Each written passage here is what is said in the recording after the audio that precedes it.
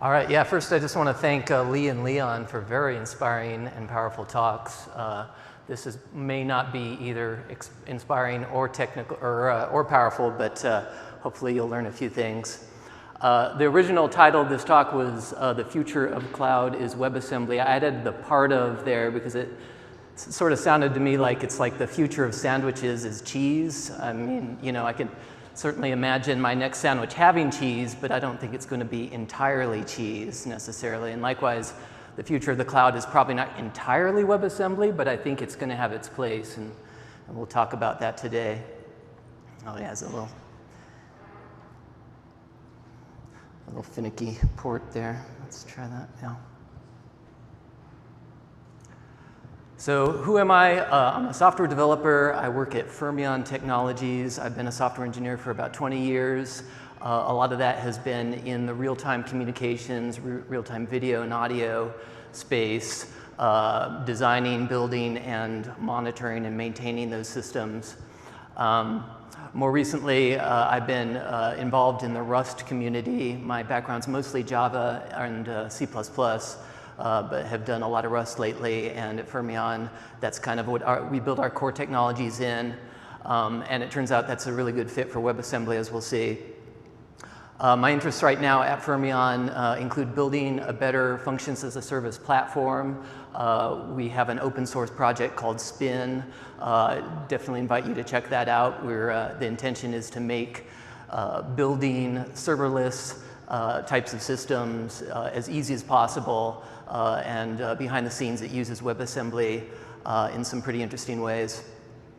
The other thing I'm working on with the Bytecode Alliance, which is an organization dedicated to promoting WebAssembly in various contexts, including the cloud, helping build tools and support for various programming languages. We'll see here that currently support for WebAssembly in various programming languages varies quite a bit, and we're trying to equalize that and improve support across the board.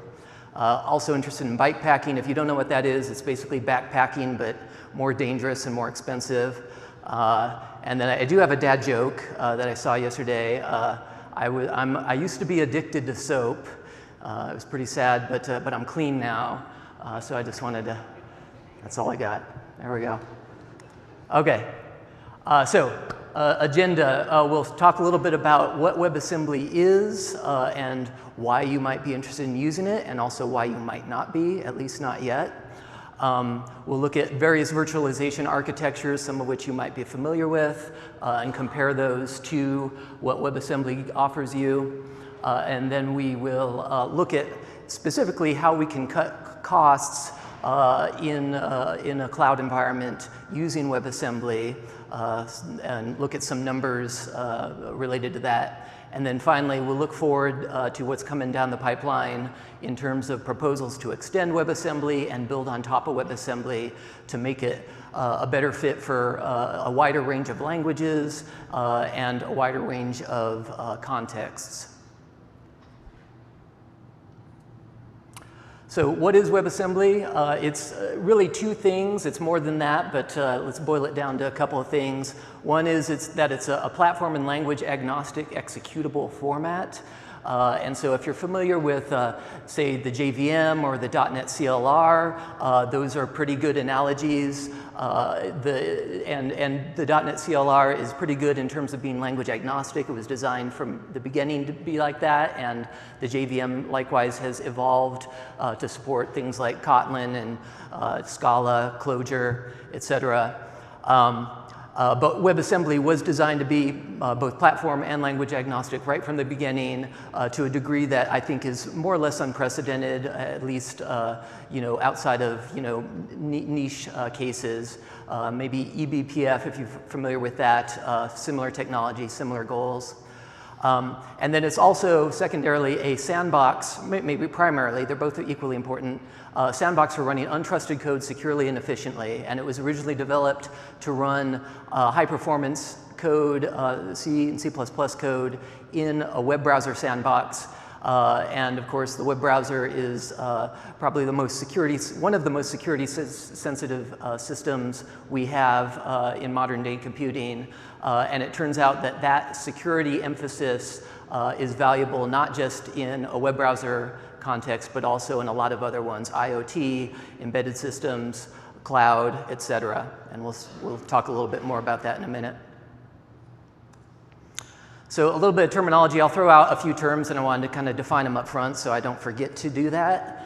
Core WebAssembly is the core ISA instruction set architecture that has been standardized as of 2019 by the W3C standards organization, and that defines the core semantics. I have a link at the end of the presentation. We'll post the slides if you're curious about the details there. But then there's a lot that has been proposed to add on to that. And so there's several in progress WebAssembly proposals, including threading support, garbage collection, exception handling, the component model, which I'll go into some more detail.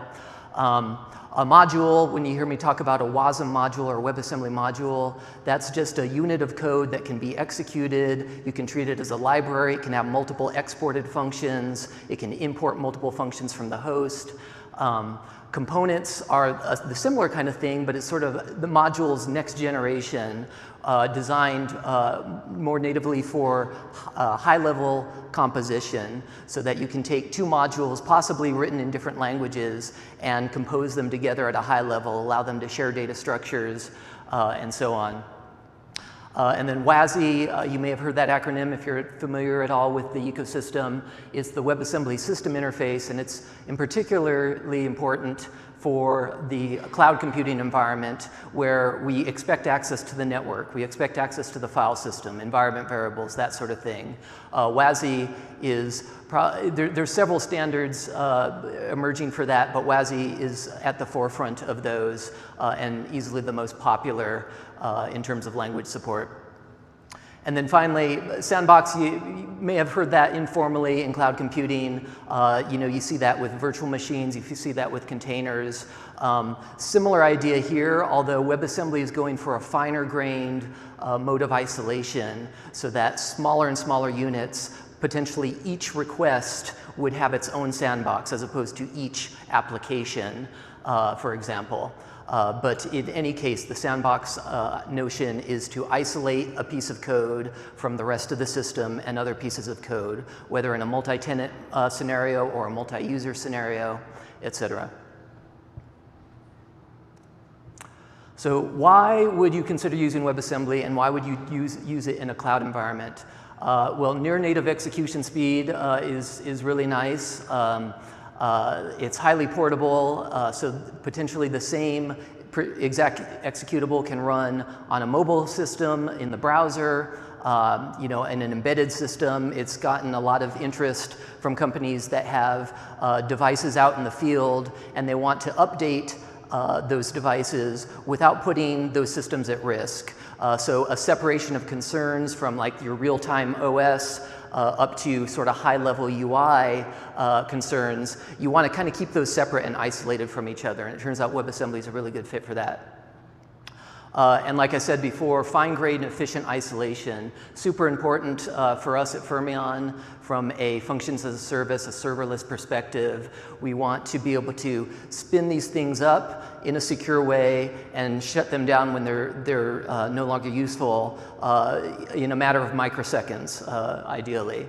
And we'll see how we do that in a moment. There are a few reasons why you might consider holding off on adopting WebAssembly. One of the reasons is some of the core technologies that we're expecting to be most valuable in a cloud context are still under construction. I'm working with various other companies, Microsoft, Fastly, others, on building those tools and getting them ready for prime time. But it's still kind of, some of them are very much in the early adopter stage. So although I'm always the first one to evangelize this technology, I also want to make it clear that if you're interested in doing more than just experiment with it, you'll want to choose your tools carefully, and you'll want to, I'll have some links at the end, you'll want to kind of check in on the status of certain things because it might not be fully baked yet. And then language support, I said earlier, varies considerably. I believe I've got a slide pretty soon here, right there, about it. This is very subjective, very opinionated, based on my experience in the ecosystem about what, kind of the levels of language support. All of these languages, and this is an incomplete list, you can do useful things with WebAssembly in. Not all of them make it easy to do that. In the gold standard, maybe Rust might even be in the platinum position, just because so many of the members of the Rust community overlap with the WebAssembly community. So there's a lot of very sort of cutting edge work being done there. C and C++, one of the original demos in the browser running WebAssembly, was a Unity game engine based game. Using C++, so that was one of the original intentions, is to run that stuff very efficiently in a browser context. Swift, because it's a compiled language, you'll see a pattern here. Assembly script and grain, both designed from scratch to target WebAssembly. So compiled languages tend to be really well supported. Interpreted languages still have some catching up to do, and I'm personally working on some Python tooling to make that a first-class citizen, make it just as easy as doing a pip install and be able to produce WebAssembly components. Not quite there yet, but a lot of interesting, fun stuff happening there.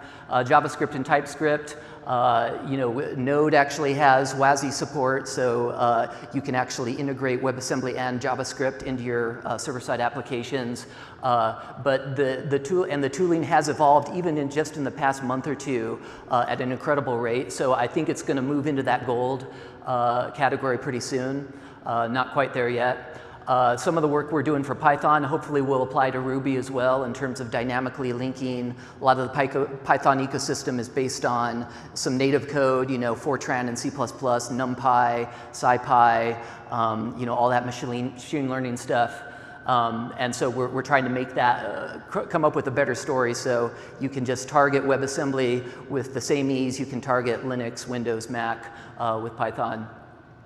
And then Go, there's a tiny Go compiler that has had WebAssembly support for a while, and now the upstream, the main Go project, has recently adopted WASI as a platform to target.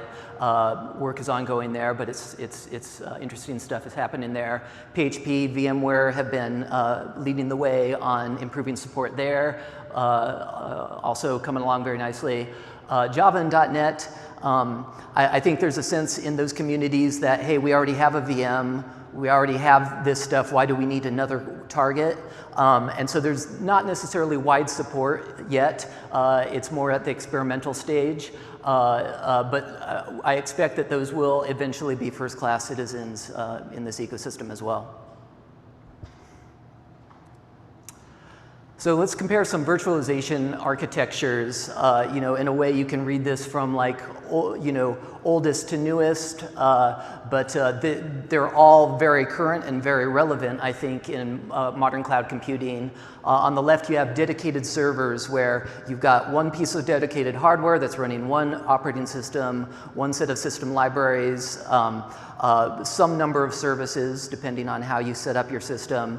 And though we don't necessarily always think of the level above that, as a developer, I'm thinking of not just at the service level, but inside the service, whether it's a monolith or a microservice. Usually there's multiple endpoints, multiple entry points into that service. If it's a REST API, I can, hit multiple URIs.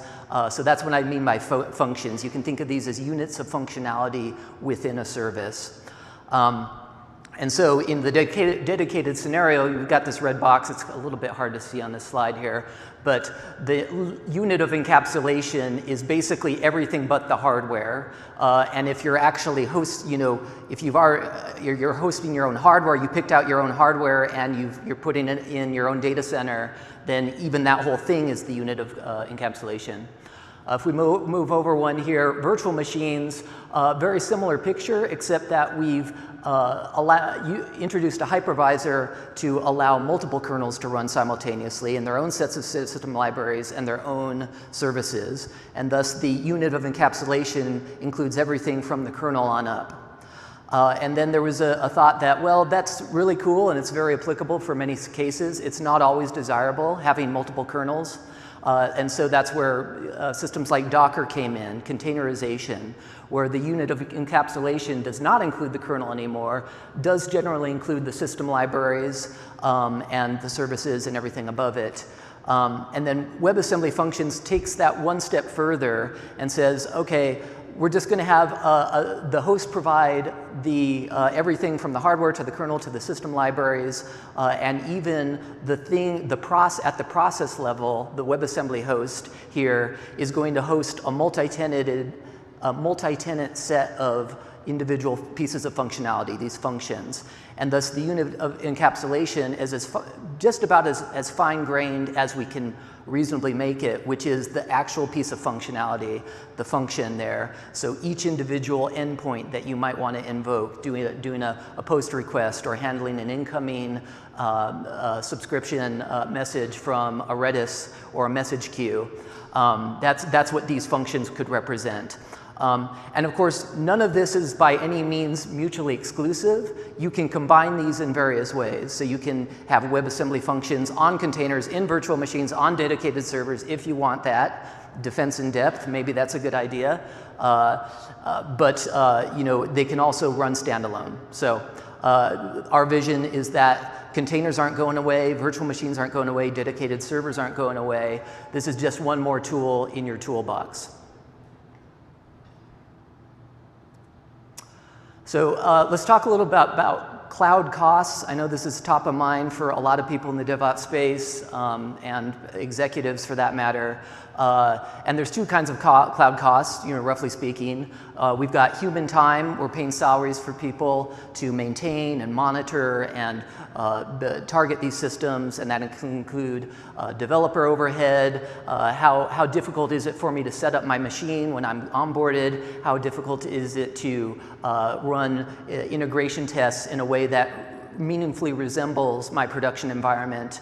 Local debugging, you know, how much overhead, how much am I fighting my tools versus using my tools? And then operations overhead, setting up CI/CD, automating things, automating the automations. There's a lot to it, of course.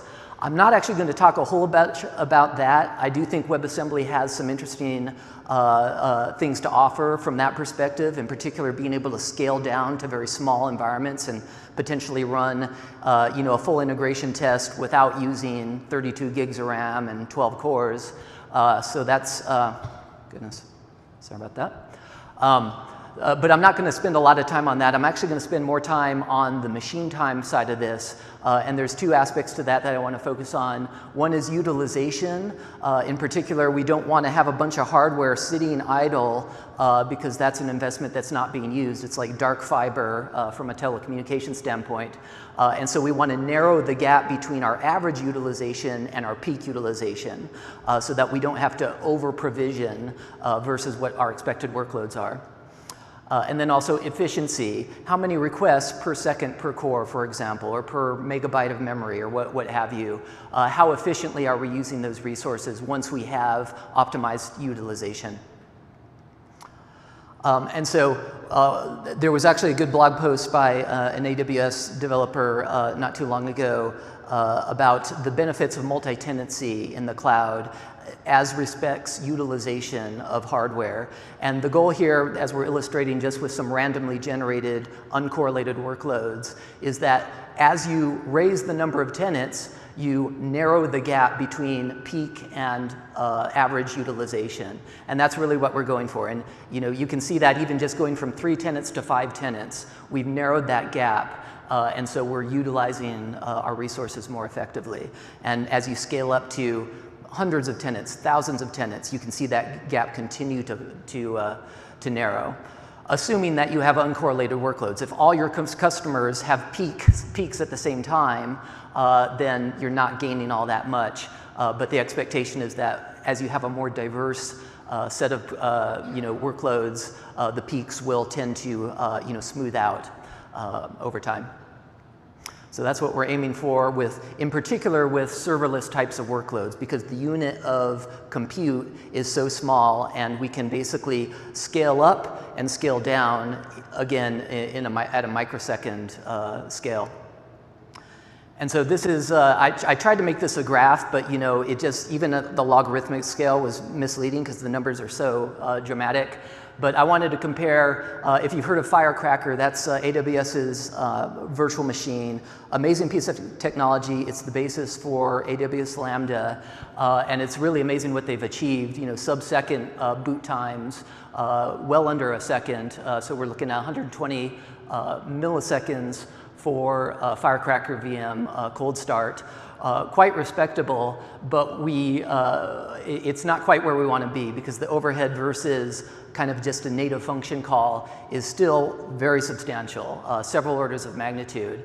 One of the techniques they've used with Firecracker is to pre-warm a bunch of VMs. When they start getting requests for a particular function, they'll actually anticipate that more requests will come in and pre-warm additional VMs to handle those requests. And that's why you can kind of get an amortized performance that is lower than a single instantiation. And then with containers, we can improve by a couple orders of magnitude. We still need to fork a separate, if we really want to maintain this per request isolation and this statelessness that serverless promises, we have to fork multiple processes. It does bring things down in the sub-millisecond range. We can do better, as it turns out, with WebAssembly. We can get down into the 100 microsecond range, and if we've actually got a pre-instantiation in memory before we've actually allocated the memory for a particular request, we can get that down, the actual instantiation time, down to 13 microseconds, which is almost certainly faster than you can ping your router at home over a wired connection. So very fast. The point here now is, when the numbers get this small, is not really about user experience, because of course network latencies are going to kind of drown this out completely. It's more about how many requests per second per core that we can achieve, and that's why we want to bring this number down. And we'll talk about, this isn't the end of the story.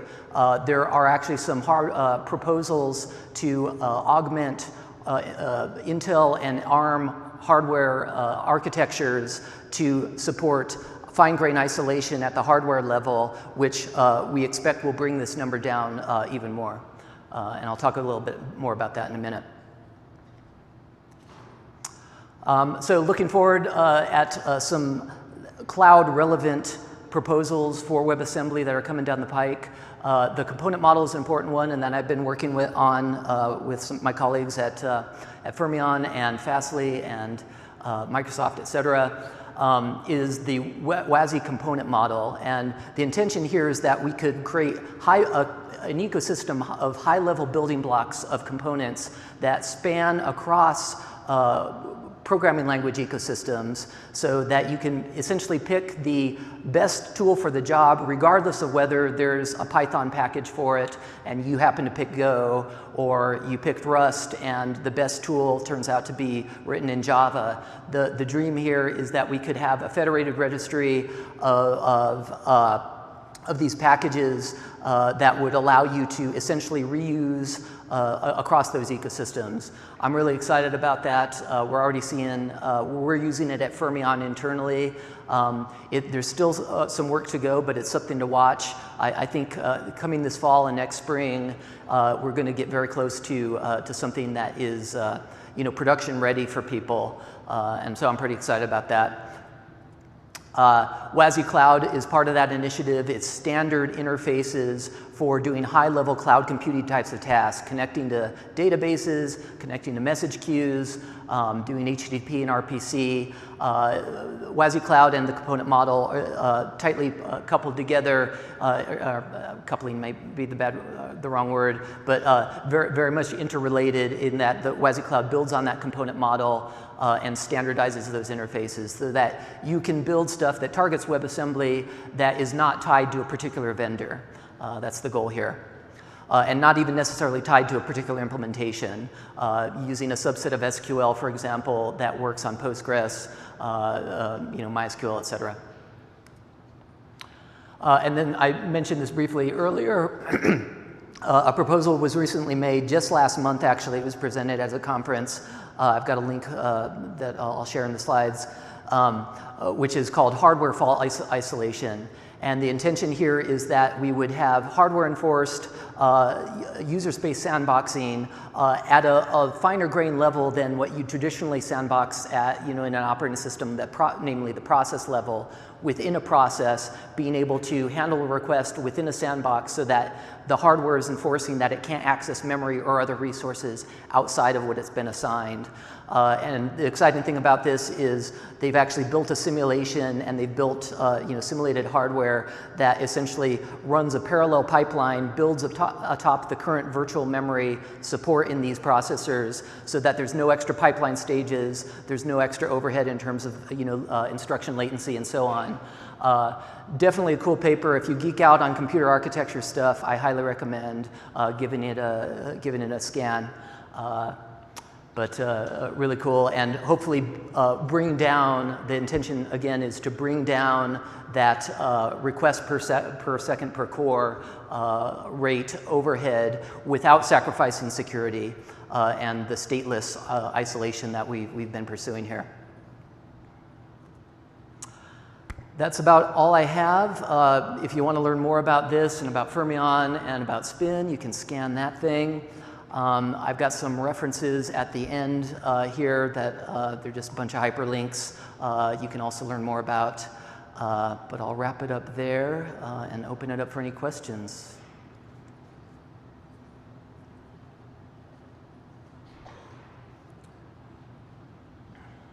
Hey, thanks for the talk.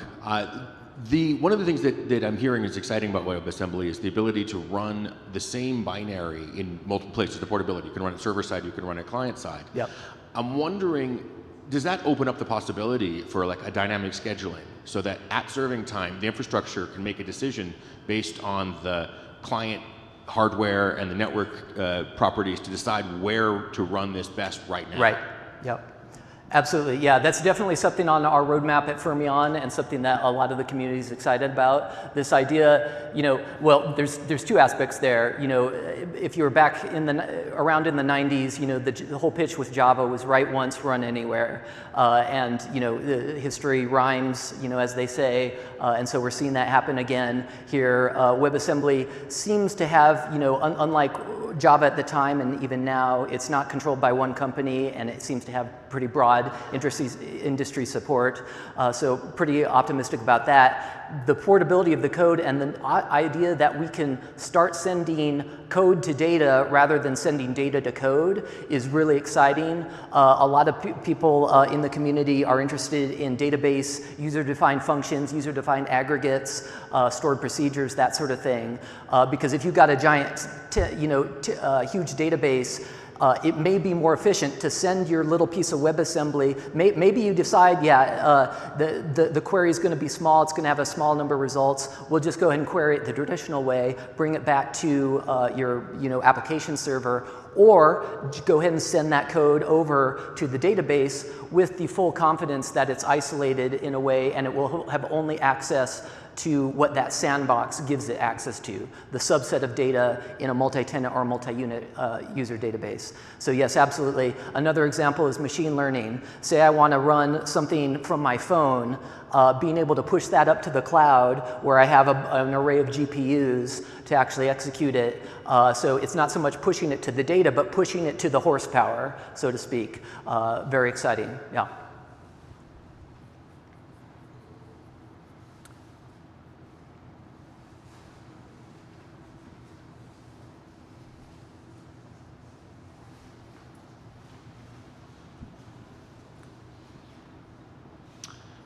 I almost forgot my question.